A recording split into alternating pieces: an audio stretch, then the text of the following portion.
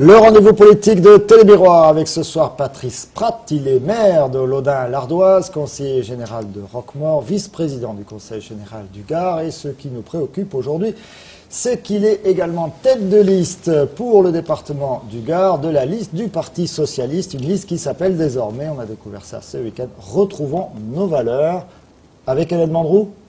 Retrouvons nos valeurs avec Hélène Mandroux. Hélène Mandroux, maire de Montpellier, et donc si vous avez suivi, si vous étiez parti en vacances au bout du monde, vous ne comprenez rien, mais si vous avez suivi depuis quelques semaines, quelques jours, vous savez que le Parti socialiste a demandé à Hélène Mandroux de mener une liste socialiste dans la région Languedoc-Roussillon. Retrouvons nos valeurs, c'est une façon peut-être déjà de se positionner un peu contre un parti socialiste qui aurait perdu ses valeurs. C'est quoi? C'est Georges Frêche qui a perdu les valeurs? En tout cas, c'est Georges Pourquoi faudrait-il les retrouver, ces valeurs? En tout cas, c'est Georges Frêche qui a entraîné le Parti socialiste dans des chemins de traverse extrêmement périlleux. Et il est vrai que le Bureau national du Parti socialiste, les socialistes également localement, ont jugé nécessaire de d'être aux avant-postes dans cette campagne des élections régionales pour justement revenir à l'essentiel, c'est-à-dire nos valeurs, ce qui nous permet d'être lisibles dans le paysage politique aussi, et ce qui nous anime tous les jours dans nos actions d'élus. Retrouvons nos valeurs. Moi, je me suis posé la question, est-ce que c'est pas plutôt le lieu d'un séminaire interne pour retrouver ces valeurs, plutôt que d'afficher ça comme votre slogan principal? Après tout, ça ne concerne pas forcément les Languedociens, les Catalans, les problèmes internes au Parti socialiste. Absolument, mais nos valeurs, c'est d'abord, bien entendu, revenir à ce qui est notre source historique, mais ce qui, tous les jours, comme je le disais il y a un instant, nous anime dans nos actions d'élus, à savoir le respect, la tolérance, l'ouverture aux autres. Et force est de constater que ces dernières années, après les multiples dérapages du président sortant de la région, eh bien, on a perdu l'essentiel. Et pour nous, il apparaissait important aujourd'hui de revenir au devant de la scène en s'appuyant évidemment et en faisant résonner ce mot valeur. D'autant plus que ça s'inscrit également dans la clarté. La clarté par rapport aux alliances. Aujourd'hui, nous avons fait le choix donc de participer à cette élection régionale. Au soir du premier tour, je ne doute pas que toutes les forces de gauche, également les écologistes, se rassembleront avec nous pour justement gagner ce deuxième tour. Donc à ce titre-là, oui, nos valeurs, la clarté, clairement à gauche, voilà un peu ce qui, dans cette campagne électorale, va nous animer. J'ai failli, j'attendais, va nous distinguer. Je m'excuse d'insister, mais j'ai assisté à quelques réunions, conférences de presse, etc. Et forcément, tout le monde vous pose la question. Georges Frêche, le Parti socialiste, etc. Là encore, en choisissant une accroche comme celle-là, est-ce que vous renvoyez pas vos interlocuteurs sans arrêt à vous parler finalement de Georges Frêche, d'un positionnement par rapport à Georges Frêche, etc. Est-ce qu'il ne faudrait pas sortir de cette dialectique-là? Non, mais force est de constater également, enfin, je vais insister à mon tour, aujourd'hui, qu'est-ce qui se passe? Ces dernières années, on constate, je l'ai dit il y a un instant, des dérapages réguliers du président sortant. Il nous a, à de multiples reprises, installés dans la gêne, dans l'embarras suite à ces dérapages. Je constate aussi qu'à chacune de ces apparitions, il trouve des mérites à tous nos adversaires de droite, ici localement, M. Fournier, un peu plus au nord sur Alès. Et finalement, les socialistes, eux, seraient toujours à la remorque ou jamais vraiment nécessaires à son ascension. Donc je crois qu'il faut véritablement, là-dessus, encore une fois, qu'on revienne sur le droit chemin qui est en effet de réaffirmer nos valeurs, clarifier nos alliances qui sont clairement à gauche. J'insiste également et je souligne que aujourd'hui nos partenaires de gauche excluent toute idée d'alliance au soir du premier tour avec Georges Frêche. C'est significatif là aussi, eh bien finalement de la division qu'il a cherché à instaurer au sein même de la gauche. Donc aujourd'hui, eh bien, il faut se recentrer sur ces valeurs. Il faut en effet les retrouver et renouer avec nos partenaires de gauche un vrai dialogue constructif pour, encore une fois, initier des actions de fond à l'avenir qui soient clairement en lien avec l'emploi et puis également la solidarité. Alors voilà pour Georges Frêche, mais si on revient ici dans le Gard, il y a l'autre liste qui se réclame également du socialisme. Avec quelle personnalité? C'est celle menée par Damien Larry, une liste qui a été votée, choisie, à quelques exceptions près, on pourrait y revenir, par les militants du Parti socialiste. Votre liste a été, vous, définie, décidée par qui? Notre liste, elle est d'abord l'appel d'un certain nombre de militants qui ne se reconnaissaient pas, en effet, dans celle qui avait été préalablement retenue lors du vote dans les sections. Je rappelle d'ailleurs que seuls 40% des militants s'étaient réellement déplacés à cette époque pour, je dirais, cautionner la direction qui avait été affichée par nos leaders régionaux.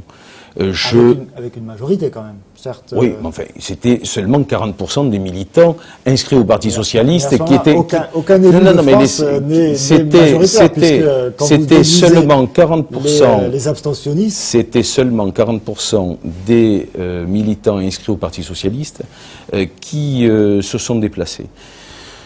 Je rappellerai que elle a subi depuis lors un certain nombre de remaniements. Et lorsque on se proclame légitime au nom des militants qui ont voté au sein du Parti socialiste pour ces listes, encore faut-il ne pas les remanier dans l'intervalle.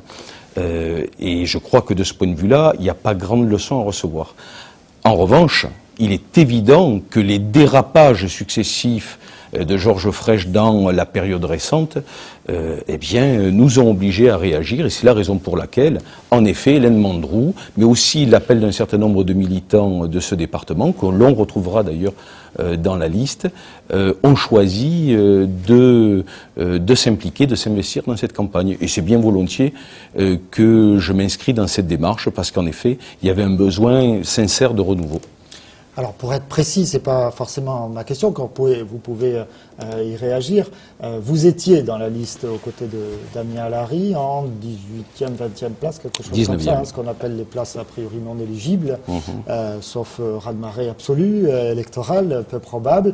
Vous avez rapidement, vous, lors de l'affaire de la tranche pas catholique de Laurent Fabius, dit que vous vous retiriez de cette liste, et donc vous menez la liste aux côtés d'Hélène Mandroux. Qui d'autre avec vous sur cette liste? Alors, d'abord, elle a été déposée elle a été déposée ce matin sans difficulté aucune. D'ailleurs, je souris parce que on prédisait qu'il n'y avait ni tête de liste socialiste dans ce département, ni de liste, ni de programme. Au final, chacun se rend bien compte que c'était de l'intox et qu'aujourd'hui nous sommes sur le programme, et qu'aujourd'hui nous sommes absolument et qu'aujourd'hui nous sommes en ordre de marche. Donc cette liste, c'est une liste en effet qui est représentative de la diversité des territoires de ce département. C'est une liste aussi représentative de la diversité de la société gardoise. Et puis c'est une liste constituée de femmes et d'hommes expérimentés qui sont tous les jours à l'œuvre dans le milieu associatif, mais aussi dans un certain nombre d'institutions, conseil général, mairie, qui viennent souvent contrecarrer aussi sur le terrain je dirais les effets désastreux de la politique de la droite, de Nicolas Sarkozy. Et puis c'est aussi une liste jeune, renouvelée. Et j'ai envie de dire, c'est aussi une liste qui ne vit pas au crochet de quiconque, qui n'est au crochet de personne, ni d'aucune institution. Vous sous-entendez que dans d'autres listes, ce serait le cas? Cherchez, vous trouverez. Alors, en numéro 2, première colistière, Christine Lazerge, que l'on connaît plutôt du côté de Montpellier ou de Paris, une professeure de droit émérite. Absolument. Voilà une personne qui est une... de l'Hérault. Voilà une personne qui est une véritable autorité morale au sein de la gauche régionale et je suis très heureux de l'avoir à nos côtés. C'est une personne qui a des vraies origines nîmoises aussi, qui s'est inscrite dans une longue histoire politique de ce département, il faut quand même le rappeler. Et il est vrai qu'aujourd'hui, elle vient un peu plus étoffer cette liste et très sincèrement, c'est avec beaucoup de plaisir que nous l'accueillons. Alors également Benjamin Mathéo, qui est conseiller municipal à Alès, membre très actif du Parti Socialiste. Je crois que j'ai également en tête Bruno Mangin, absolument, à Nîmes, et puis Françoise Akoum, absolument, militante du Parti Socialiste. Et puis donc on ne va pas donner toute la liste, il y en a 20 comme il se doit. Pour une liste gardoise un peu plus difficile en Lozère et dans l'Aude, non? Non, écoutez, je pense qu'il y aura de bonnes surprises, en particulier dans l'Aude. Les PO, c'est une liste là aussi très riche, avec des maillons très solides. Et puis bien sûr l'Hérault et le Gard et la Lozère. La campagne, on a compris que vous n'allez pas être forcément tendre avec Georges Frêche. Avec Damien Alary, ce sera fleuré plutôt moucheté? Écoutez, moi je suis très à l'aise sur le sujet. J'ai tout fait pour convaincre Damien Alary de se rallier à la décision du Bureau national du Parti socialiste. Bon, il a préféré la fidélité à un homme plutôt qu'à des idées et au socialisme. Cette réaction de fronde, d'hostilité à Paris, tout ça, vous pouvez la comprendre, qui semble sympathique à une partie de l'électorat du reste. Pardon ? Cette réaction de fronde anti-parisienne en disant « ne nous impose pas ». Oui, non mais bon, il y a un réflexe, c'est naturel ici dans le sud de la France, anti-capitale. Bon, pour autant, j'ai le sentiment, moi, que aujourd'hui, ce réflexe, eh bien, il va forcément se tasser par la force des choses, parce qu'aujourd'hui, il y a une vraie ambition au niveau régional de la part des socialistes, de se distinguer en effet de Georges Frêche. Ce n'est pas un appel d'air qui vient du national, c'est d'abord une résonance locale. Et d'ailleurs, si nous parvenons à constituer des listes aussi représentatives du territoire, eh bien c'est tout simplement parce qu'il y a une vraie raison de s'engager dans cette campagne. Donc l'aspect parisien, il y a le réflexe, tout ça est un peu... Je vous avoue que quand je vois Georges Frêche jouer la victime, ça me fait sourire. Parce que pour tous ceux qui entourent aujourd'hui Georges Frêche, chacun sait qu'il instrumentalise et qui joue évidemment de cet effet. Et je pense qu'il est plutôt un bourreau qu'une victime. Georges Frêche, plutôt bourreau que victime, sera la petite phrase de ce soir, ou peut-être la prochaine, je ne sais pas.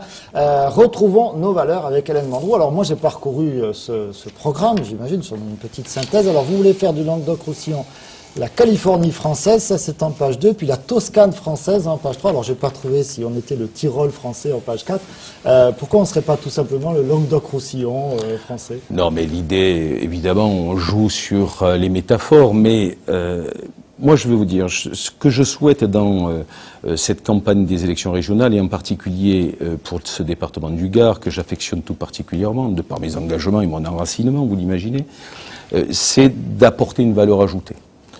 D'apporter une valeur ajoutée, d'apporter une expertise, une compétence sur un certain nombre de domaines qui sont essentiels. En particulier l'emploi, l'économie, les infrastructures sont des domaines un peu de prédilection pour moi. Et quand je vois aujourd'hui le contexte de l'emploi, avec une moyenne départementale, moyenne régionale qui est beaucoup plus importante que la moyenne nationale, quand je vois le degré de précarité, 28 000 bénéficiaires du RSA dans ce département, 15 000 travailleurs pauvres, cela vous laisse imaginer l'ampleur de la tâche. Et sur ces questions-là, je pense que mon engagement peut être une valeur ajoutée, encore une fois, pour cette liste des régionales, et en particulier pour siéger au sein de l'Assemblée régionale. Dans votre programme, il y a des propositions. On va mettre l'accent sur le tourisme. On va faire un effort sur les transports. Mais finalement, tout ça, c'est de l'ordre des compétences de la région. Qu'est-ce qui distingue vraiment un programme socialiste d'un programme de Georges Frêche ou d'un programme de Raymond Couder? D'abord, ce que je voudrais rappeler, c'est que ce programme fait partie d'un socle programmatique du Parti socialiste à l'échelon national et qu'on retrouve décliné dans les différentes régions. Donc de ce point de vue-là, il est profondément socialiste. Deuxièmement, j'ai envie de dire que plus que de la communication, comme on a été habitué jusqu'ici, j'aimerais qu'on passe un peu aux phases réalisation. Et s'il y a quelque chose qui risque de nous distinguer à l'avenir, c'est bien justement cet aspect-là, à savoir que au-delà des annonces, et de ce point de vue-là, je dirais que Georges Frêche ressemble un peu à la méthode Sarkozy, c'est-à-dire qu'une annonce chasse l'autre, qu'on puisse avoir véritablement le produit de ce travail, les résultats. Et aujourd'hui, dans un certain nombre de domaines, le tourisme, mais pas seulement le tourisme, les infrastructures, mais pas seulement les infrastructures, sur la question également de l'emploi, du développement économique, eh bien, il faut faire une évaluation de ce travail et on verra que peut-être tous les résultats espérés ne sont pas au rendez-vous. Au soir du premier tour, vous n'êtes pas majoritaire, comme on l'imagine. Vous faites alliance avec qui? Avec la gauche. Y compris Georges Frêche et ses alliés, Damien Larry, etc. Aujourd'hui, cette hypothèse ne se pose pas. On vous répondra au soir du premier tour. Ce qui est sûr, c'est que nous sommes clairement dans cette gauche qui est en train de se reconstruire, de se rebâtir dans ce département.